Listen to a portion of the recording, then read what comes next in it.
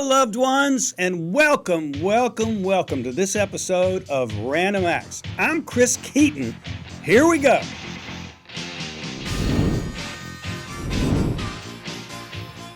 Okay, I'm going to do this 5 things thing again. You may not like it, and if you don't like it, please let me know. Because if you don't like it, I'll turn it into 10 things that you don't know about. No, I'm just kidding. But anyway, here's 5 things you may or may not know about me. And again, you may not even care, but that's okay. Number 1, I'm not a rocket scientist. No, I'm not.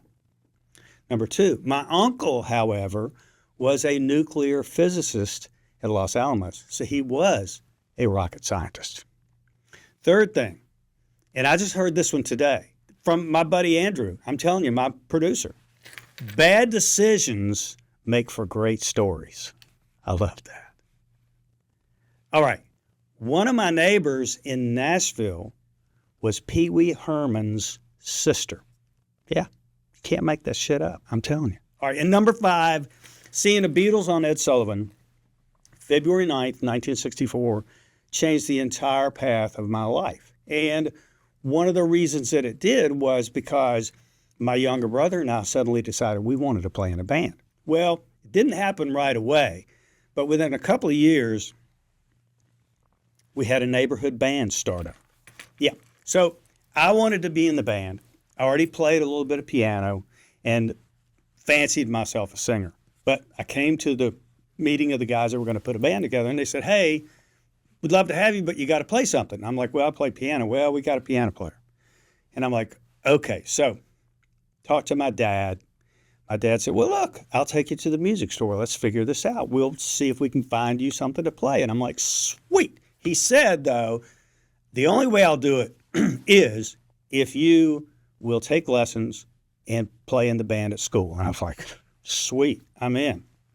So we go to the music store, downtown Roanoke. Walk in. We see a trumpet. My dad says, ooh, look, there's a trumpet. That's pretty cool. I'm like, I don't know. No offense, trumpet players. And then we walk by a saxophone. He said, look, there's a sax. He said, you know, chicks dig sax players. And I'm like, hey, let's stop right there. I'll take one of those. So that's how I became a sax player. And it is true. Ladies do love sax players. It's just the reality of it. So look,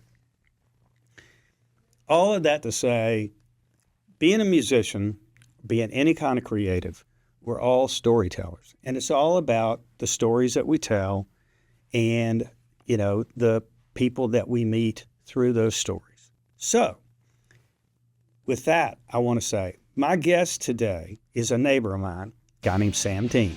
He's a very creative dude, really, really cool guy, and I'm very happy. And in just a few minutes, you're going to get to meet him. All right, hang on.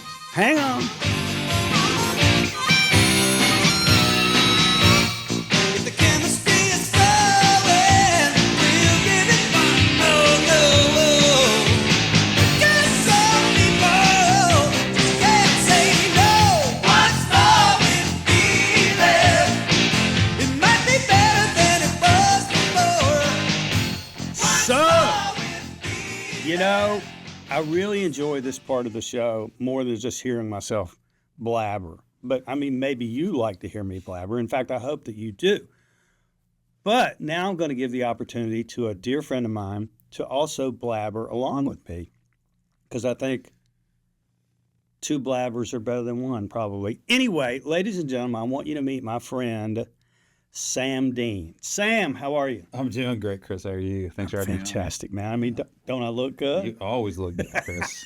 You just Thank after me, and I know. You know, that was a easy fishing compliment right there. Thank you for making that so easy. You make it easy. Okay, so when Gina and I moved back to Virginia and started spending more time, you were one of the first people that I met in the neighborhood. Mm-hmm. And then I come to find out that you're really an ultra creative kind of guy, which, I mean, yeah, you are. I mean, you're a photographer, you're a videographer, you're a filmmaker, and I'm doing it in the backwards order, but a great dad and a great husband as well.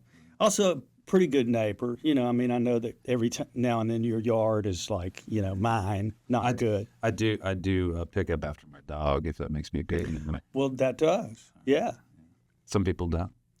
I know. But we won't name names today, will we? Well, you know, push me far enough, we might. Yeah. Okay, so tell me about.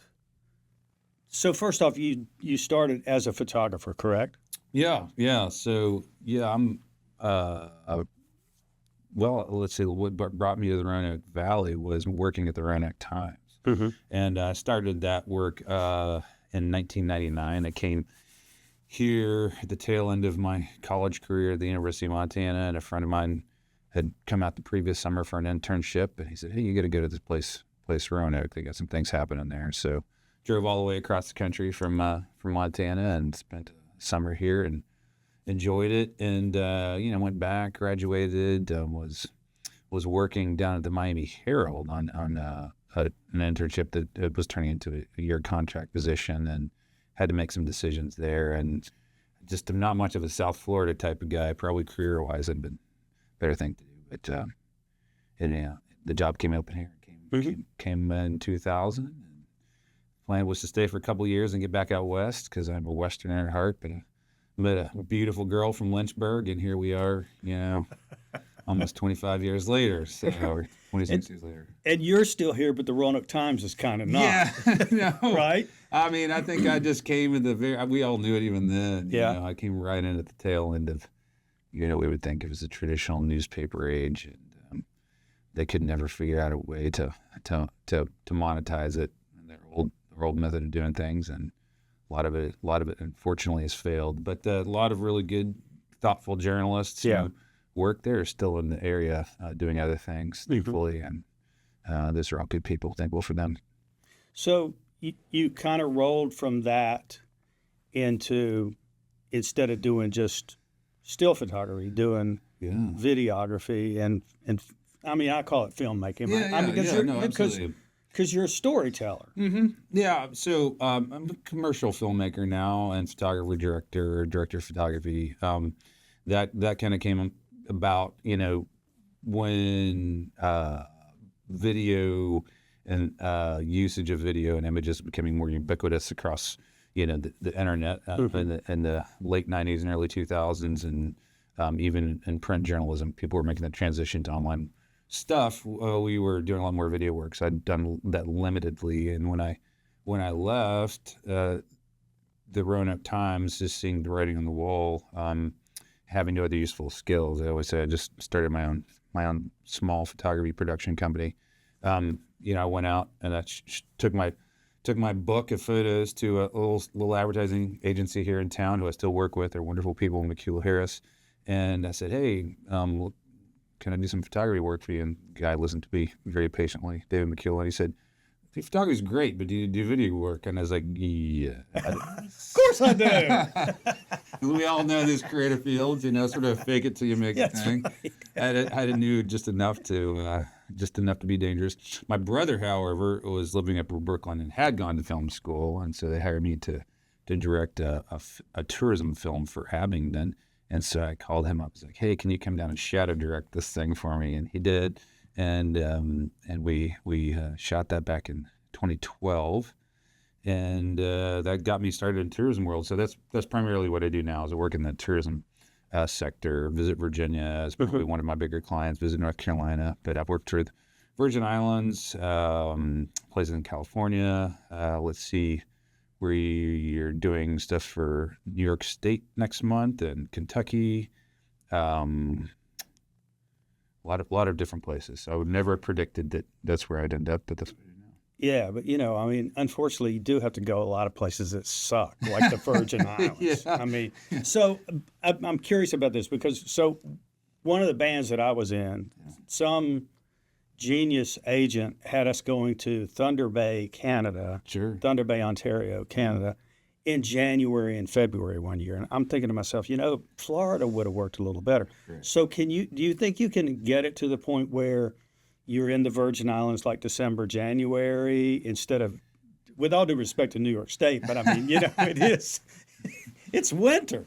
Well, you've got skiing and you've got a lot of Yeah. winter activities up there. Yeah. We're going to be around Lake Placid and everything, from what I understand. Haven't seen the full schedule yet. So there's that. Virgin Islands their season is November to like March. So, Yeah. that's when we've gone down there. We didn't get down there this December. Well, actually, if this was when I was there last year, producing a brand film for them with one of the agencies that I work with. But yeah, that's kind of my deal. It's to kind of, everybody has different seasons. Yeah. But yeah, no, it's fun. It's wonderful going these places, but it's sometimes 10, 12 days in a row of 15-hour days. Yeah. So it's, film production life is wonderful, but it's very hard work. Yeah. It's not glamorous. It has moments of glamour, right? I was watching the guys out pouring a concrete slab in your driveway this morning, these cold mornings, and these guys working a house construction down the street, and I was like, oh, I'm glad I'm not out swinging the hammer this morning. So There is a lot to be thankful for right there. Absolutely. Yeah. So when you're, just me being curious, when you're putting together to try to present the story of, like, I've seen some of the stuff that you've done for like the city of Portsmouth. I'm not sure that that's exactly but it was centered in city of Portsmouth. There's a whole arc to the narrative in like a, 30, 60, 90-second video. Yeah. How in the world do you do that? Well, at this point in time, I don't do a whole lot of the concepting anymore. A lot of times I work with advertising agencies and creative directors, and so they kind of have this vision, this kind of loose idea of what they want to create according to the brand guidelines for their client. So it's storytelling in that sense, and we're kind of coming in. I think the one with Portsmouth, the idea from my friend Todd, who's a creative director there, is people overlook Portsmouth because you've got Virginia Beach and Williamsburg and this sort of thing. Right. And the whole entire idea is to say, hey, it's to get a lot of local travel in there, and to show some of their history and things like that. So that's kind of what we go with is creative director will come up with a campaign, and then it's sort of my idea is that the director of photography or the director on the film is to figure out how we're going to execute that. Yeah. With lighting and camera angles and directing and talent, those sort of things.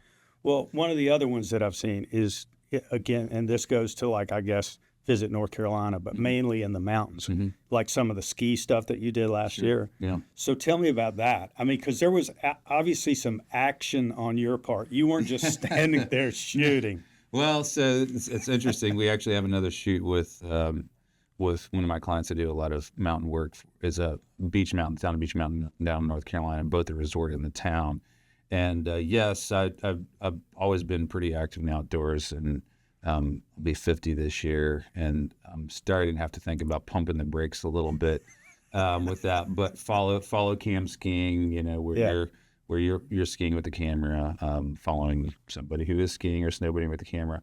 And, you have to have a certain amount of skill to do it. I'm a decently skilled skier, but I have on my left shoulder, I have a broken collarbone of skiing photography incidents. And then on my right one, I was doing mountain biking. I also would beach mountain, not in the wintertime, but in summertime this summer, as I probably told you, and was running with a gimbal, chasing mountain bikers, and dislocated my right shoulder. Yeah.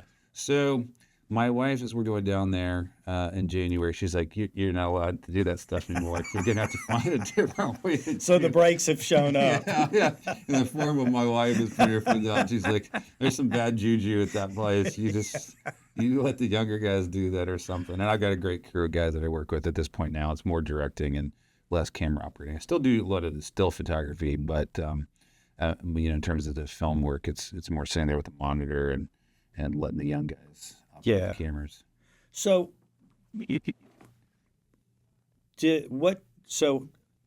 getting yourself into photography, was it the love of light and just the way that light works differently? I mean, like where we live in Virginia, you can look at the mountains around our house, and 5 minutes later they look completely different just because of the lighting. Yeah. Is that what got you into photography, or what did? It's hard to say. Probably like a lot of kids who grew up in the 70s and 80s, and probably I'm sure before that, we had to you remember we all used to have this massive collection of National Geographics. Yeah. The house there, and I would thumb through those things, and unfortunately, even that's become a thing of the past.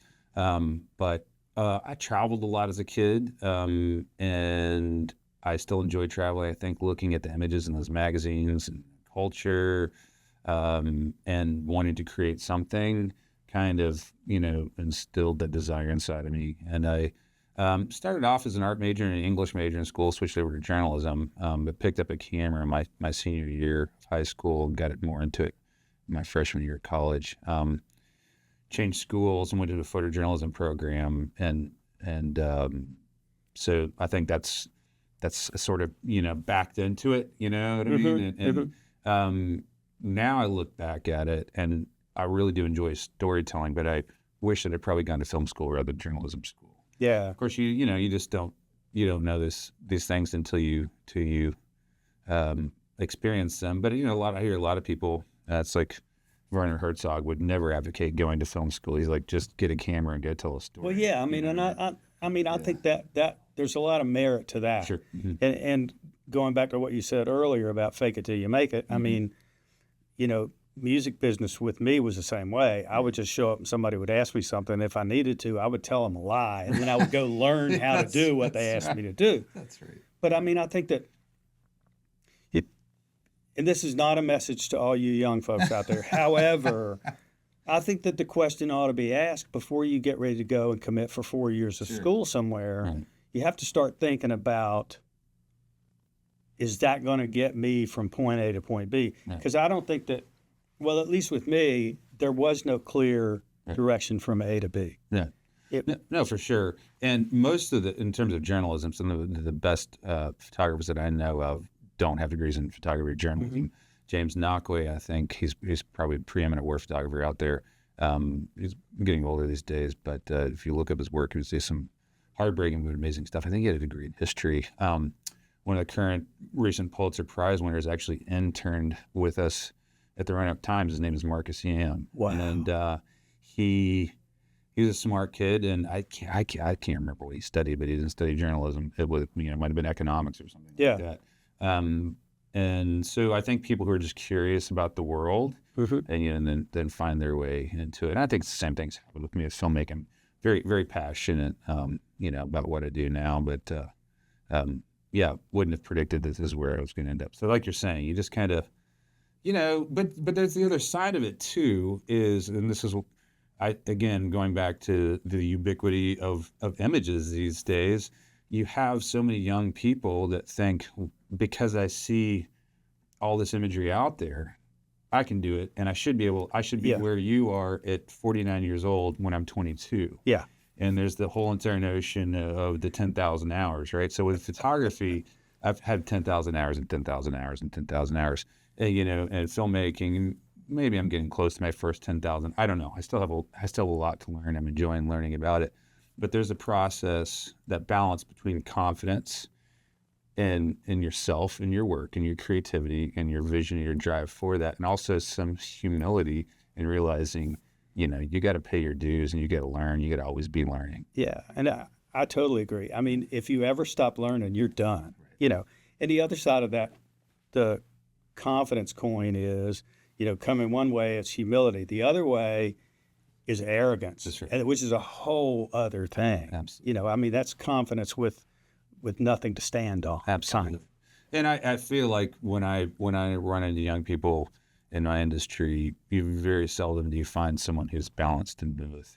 And maybe none of us are fully. I think balance is always, tilting one way or the other in any of our lives, just trying to stay there as it requires the work. But most of the time you've got a young person who's just super ambitious and they're a real go-getter and they get a lot of energy, but they're arrogant, and they don't know what they don't know. Yeah. And they've got to be humbled eventually.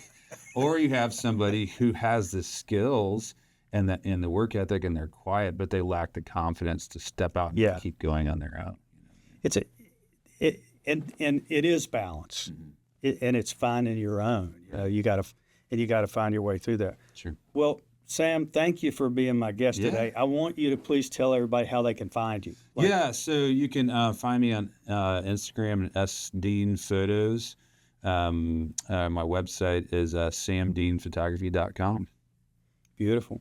Well, Sam, thank you very much. Absolutely. I appreciate you being one of my random acts. Hey, I'm always proud to be a random act or something. Hopefully it's a good act.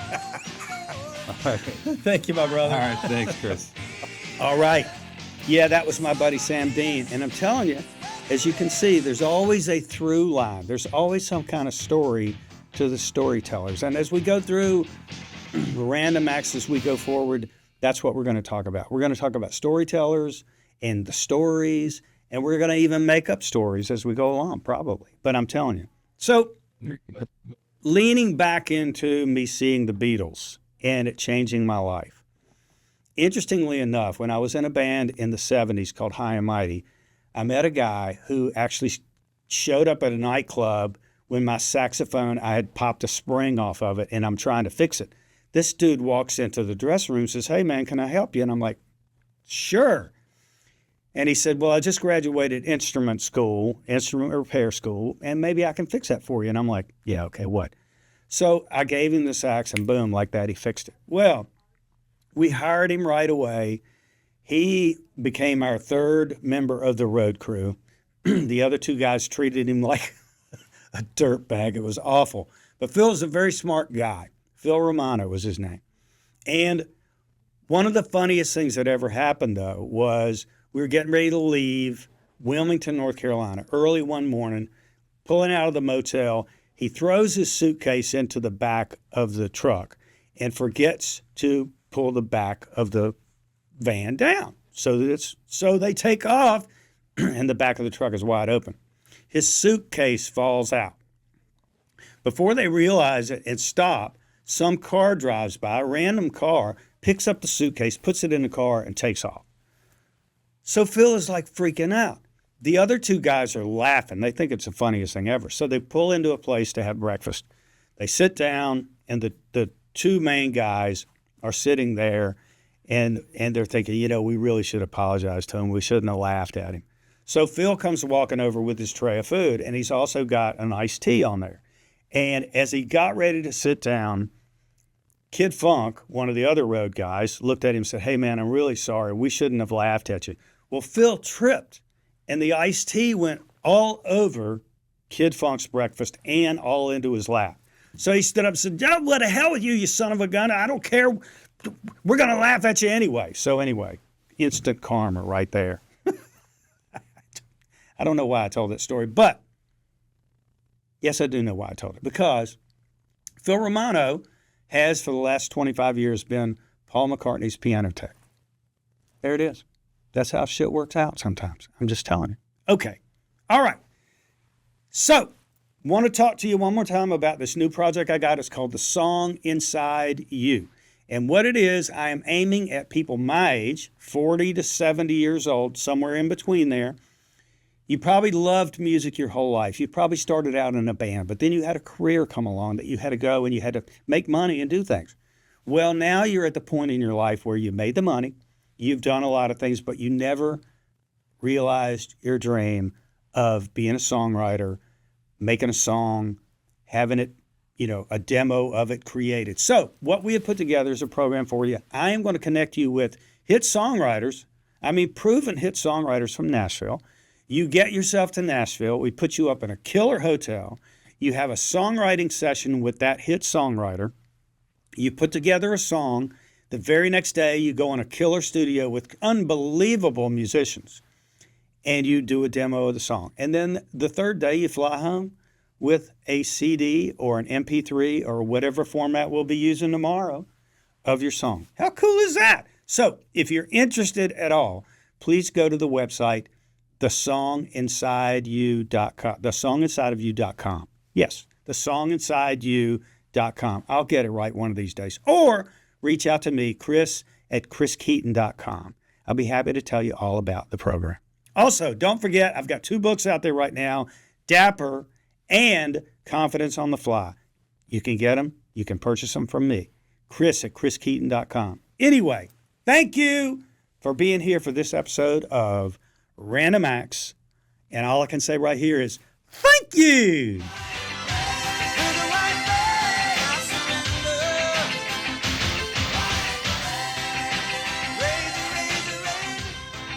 Hey! Hey!